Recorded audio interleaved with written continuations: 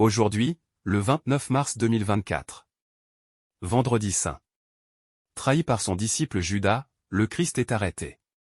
Il est accusé de semer le désordre par ses enseignements et surtout d'usurper le titre de Messie, c'est-à-dire de Fils de Dieu envoyé pour sauver les hommes. Interrogé par Ponce Pilate, gouverneur romain de la région, flagellé par les soldats, il est condamné à être cloué sur une croix au supplice alors réservé aux criminels. Chargé de la croix, le Christ gravit la colline du Golgotha, littéralement, mont du crâne, autrement appelé calvaire, et tombe plusieurs fois d'épuisement. Crucifié, il expire au bout de quelques heures.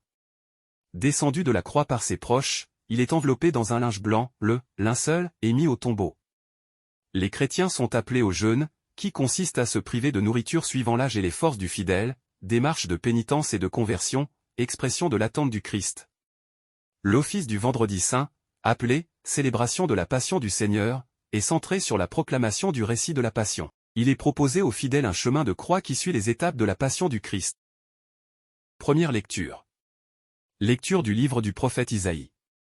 Mon serviteur réussira, dit le Seigneur, il montera, il s'élèvera, il sera exalté. La multitude avait été consternée en le voyant, car il était si défiguré. Qu'il ne ressemblait plus à un homme, il n'avait plus l'apparence d'un fils d'homme. Il étonnera de même une multitude de nations, devant lui les rois resteront bouche bée, car ils verront ce que, jamais, on ne leur avait dit, ils découvriront ce dont ils n'avaient jamais entendu parler. Qui aurait cru ce que nous avons entendu? Le bras puissant du Seigneur, à qui s'est-il révélé? Devant lui, le serviteur a poussé comme une plante chétive, une racine dans une terre aride, il était sans apparence ni beauté qui attire nos regards, son aspect n'avait rien pour nous plaire.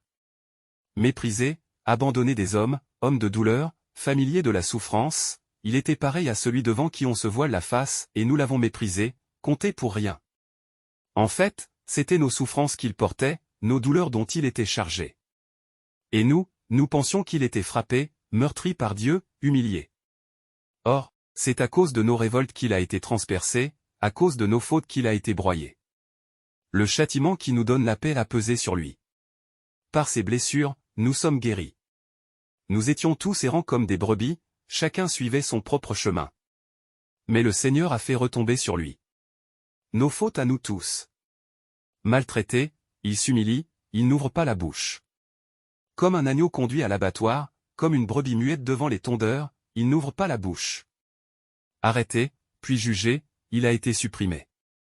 Qui donc s'est inquiété de son sort? Il a été retranché de la terre des vivants, frappé à mort pour les révoltes de son peuple.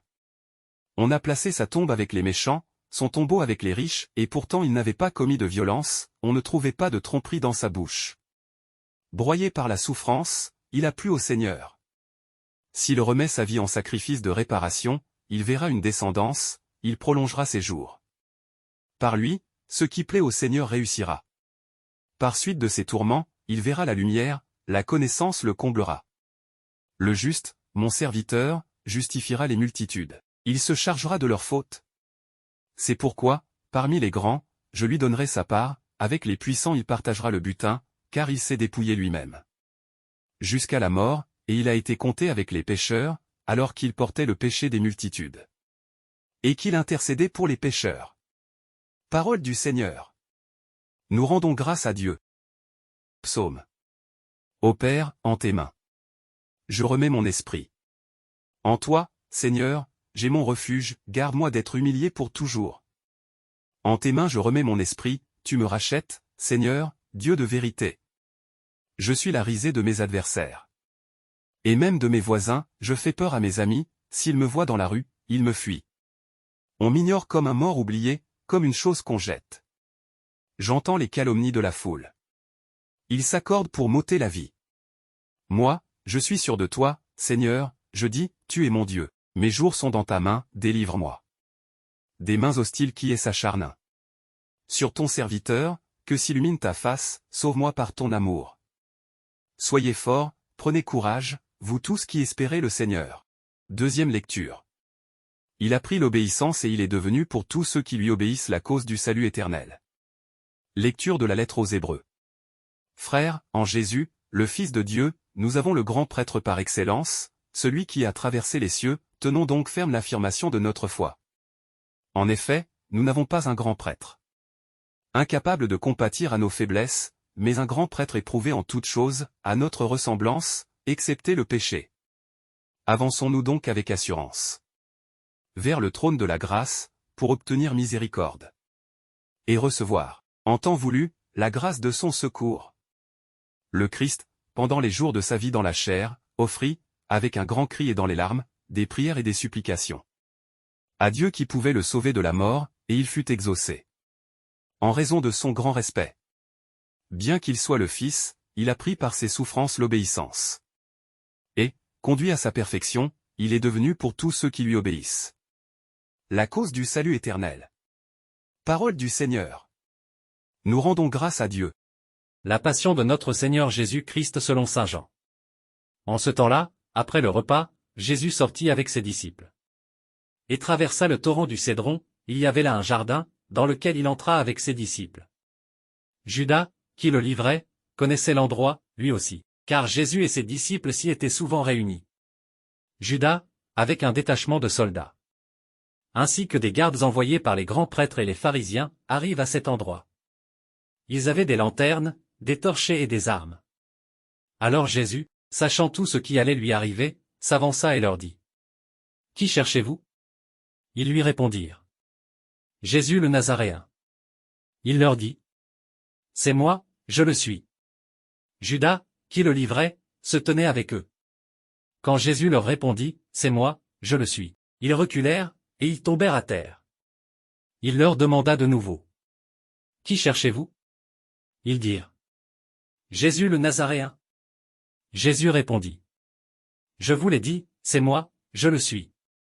Si c'est bien moi que vous cherchez, ceux-là, laissez-les partir. » Ainsi s'accomplissait la parole qu'il avait dite.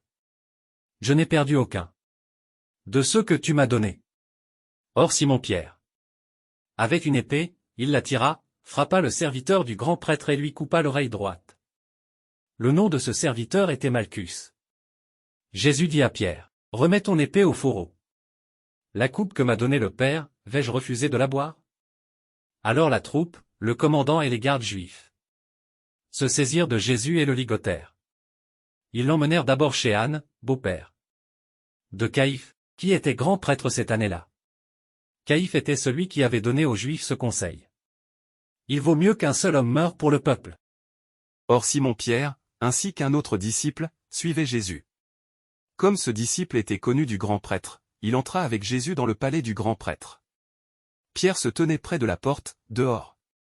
Alors l'autre disciple, celui qui était connu du grand prêtre, sortit, dit un mot à la servante qui gardait la porte, et fit entrer Pierre. Cette jeune servante dit alors à Pierre : « N'es-tu pas, toi aussi, l'un des disciples de cet homme ? » Il répondit : « Non, je ne le suis pas. » Les serviteurs et les gardes se tenaient là, comme il faisait froid. Ils avaient fait un feu de braise pour se réchauffer. Pierre était avec eux, en train de se chauffer. Le grand prêtre interrogea Jésus sur ses disciples et sur son enseignement. Jésus lui répondit : « Moi, j'ai parlé au monde ouvertement. J'ai toujours enseigné à la synagogue et dans le temple, là où tous les Juifs se réunissent, et je n'ai jamais parlé en cachette. Pourquoi m'interroges-tu ? Ce que je leur ai dit, demande-le à ceux qui m'ont entendu.